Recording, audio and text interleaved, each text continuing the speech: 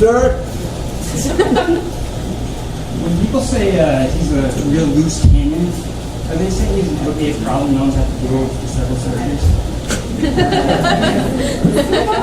Has everyone ever had to deal with that problem? Or was that ever a problem? Like, oh no, the cannon's got out again, we should close the gate.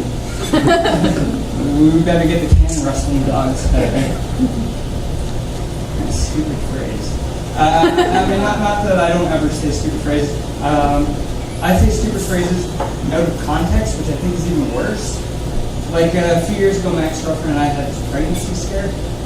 And by pregnancy scare, I mean, she was scared, and I was lying in bed going, wow, tummy broke. I must be really stepping up my game.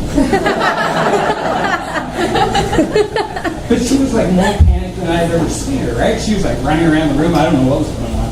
So finally I realized I have to step up here. This is like one of those moments where you have to be the reassuring boyfriend. This is where I have to say something that'll put her at ease and calm her down. So I said, don't worry, it'll blow over. It'll blow over? What does that even mean? You know, there's a cold front going to be coming in, and it'll just blow all the sperm off to the east. Don't worry about that. I don't even like that phrase in its originally intended weather-related form. Oh, it'll blow over. Well, thank you, Mr. Meteorologist. Here, I was thinking it would just rain and rain forever, but if you say it'll blow over, I guess I'll hold off filling my art. Despite the fact that I was horrible at reassuring her, my girlfriend and I were together for 5 years. And after we broke up, the thing that overwhelmed me the most was texting, like girls that you're flirting with or dating. Because when we started dating, like I knew 2 people who texted, and it annoyed the hell out of me. And now people call me, I'm like, what the hell are you calling me? I'm pretty sure that soon the police will be like, you have the right to one text message. No one calls anymore.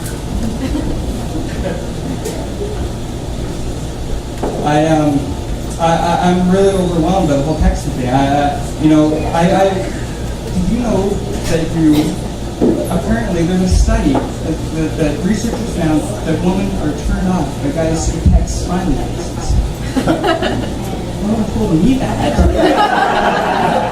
I've been going all out. I've been capital D'ing those smileys all over the place. I'm like a digital Tony Blair, just smiling to everyone. I didn't realize that you're not supposed to have emotion when you text a girl. I didn't know that the women were into monotone, emotionless guys. Because if that was the case, shouldn't we be hearing a lot about Al Gore sexting scandals? Like, if that guy would monotone the fuck out of everything.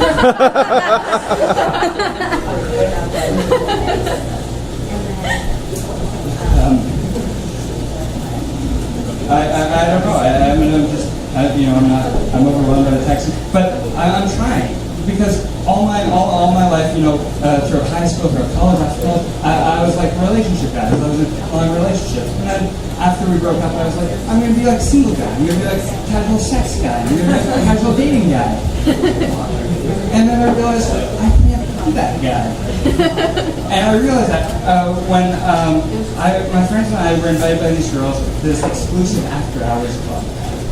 And what I didn't realize was exclusive, that the guest list was made up of 50% people who were just looking to get high out of their parents' house, and 50% who were just trying to unwind after a long day in a police lineup.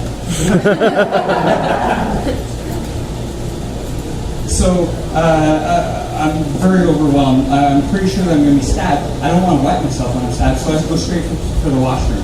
I'm sitting there for like half an hour. So I make small talk with this girl, and we're moving up. Finally, it's my turn to go in the washroom, and she comes in there with me.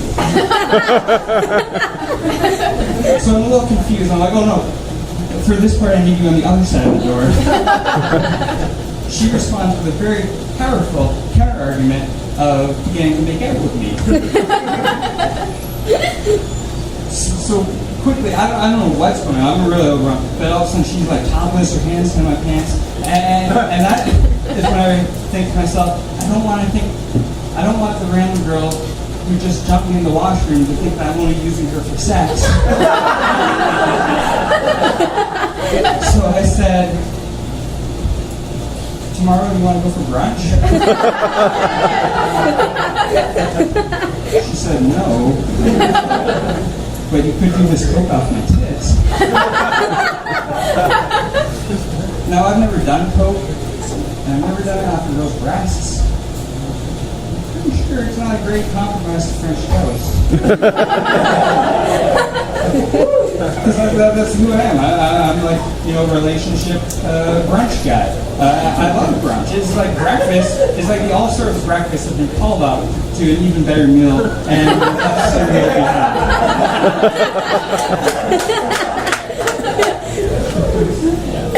I mean, let's be honest. When you hear like a catchphrase like "they're magically delicious," it makes me believe that even Lucky Charms staff was amazed that it was edible to eat dehydrated marshmallows.